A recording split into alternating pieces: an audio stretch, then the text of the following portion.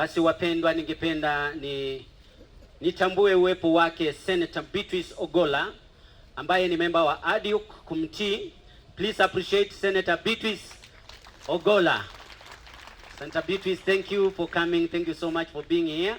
And I also want to recognize the presence of Stanley Mutuma, who is the coordinator wa Kenya here in consortium. Mr. Mutuma, please. Yes, Mr. Mutuma. Oh, you're here. Please appreciate him wherever he is. Mr. Mutuma, thank you so much. Thank you so much, Mr. Mutuma, for being here. He is the coordinator. He is the Kenya coordinator for the consortium, and we thank God for him being here.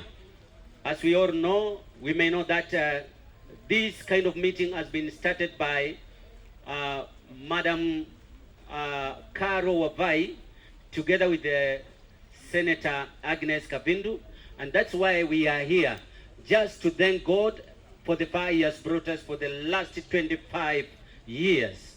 I'm requesting that I bring Dr. Mutua, Ezekiel Mutua, who is a Chief Executive Officer, MCSK. This man is leading the music fraternity in Kenya. Please, let's appreciate Dr. Mutua, who is going to lead us in a silent moment. Thank you. Just before we go into a moment of silence, allow me to recognize the protocols. The chair of the ad-hoc committee of the Senate that is championing the rights and compensation for the victims of the 1998 bomb blast, Honorable Senator Agnes Kavindu, who is also my senator. Please appreciate my senator, the senator for Machakos County. Vice Chair of the Senate Committee, Honorable Madago, please appreciate him. The Chair of the Consortium, Caroline Wavai, please clap for my sister. Distinguished senators, I've seen my sister Agnes, my brother Daniel Manzo. Please appreciate Senator Agnes Ogolla and Daniel Manzo. The distinguished guests from the US, distinguished leaders, our spiritual leaders who have been here. Thank you, Bishop, for praying for us, and the Sheikh, all the invited guests, brothers and sisters, good morning. A very special way to appreciate Dr. Romano. I think she's more loved here, she's more popular in Kenya than in the United States. And thank you, ma'am, for coming. Brothers and sisters, as I said, I'm Dr. Ezekiel Mutua. I'm the CEO of the Music Corporate Society of Kenya, and we are supporting in ensuring that we can get some bit of music and worship in this event as we wait, as we move towards the commemoration. And allow me to say that we gather here this morning for a Thanksgiving prayer and the launch of the consortium that is fighting for the rights of the 7th August 1998 tragic bomb blast here in Nairobi. We gather here to thank God for the miracle of life as we honor the memory of the victims of the August 7th bomb blast that took place right here. We recall vividly the great pain and deep sorrow that morning 25 years ago, when around this time, 2 days to the day, terror of unprecedented proportions was visited on our soil, leaving in its wake the loss of over 200 lives, with several thousand, estimated about 4,000, who were injured, and many were maimed.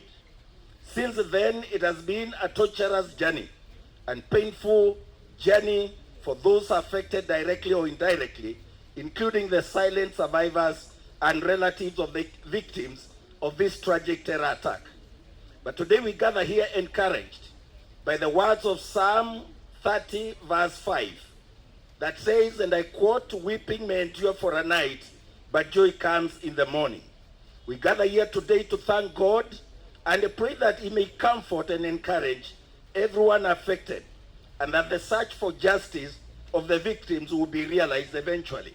It is Martin Luther King who said, and I quote, that the arc of the moral universe is long, but it always bends towards justice.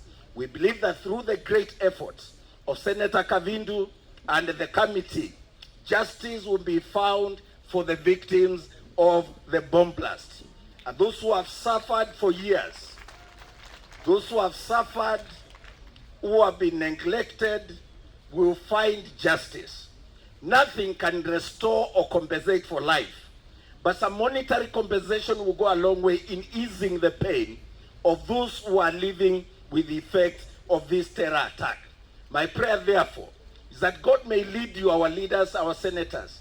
Thank you, Honorable Kavindu, Chair, and the rest of the committee for the great job that you have done. We have seen your resilience and your push, and we are very proud of you.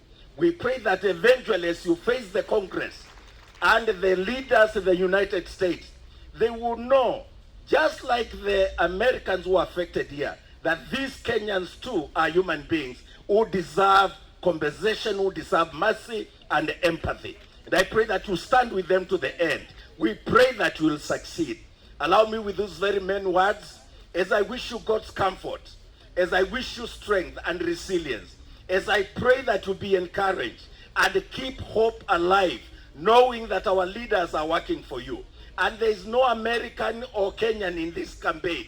We are all pushing towards the same cause, the cause of justice. There is no Muslim or Christian, no Jew or Gentile. We are all focusing on justice and compensation for those who are affected. So don't you give up. Keep hope alive. My appeal to the media, please amplify the work of the committee. Follow these stories. Don't just follow sensational things that don't add value. Focus on things that affect human life and ensure that the work of the committee is highlighted and recognized so that they can succeed. Allow me to request with the humility that we all be upstanding so that we can observe a moment of silence for those who lost their lives.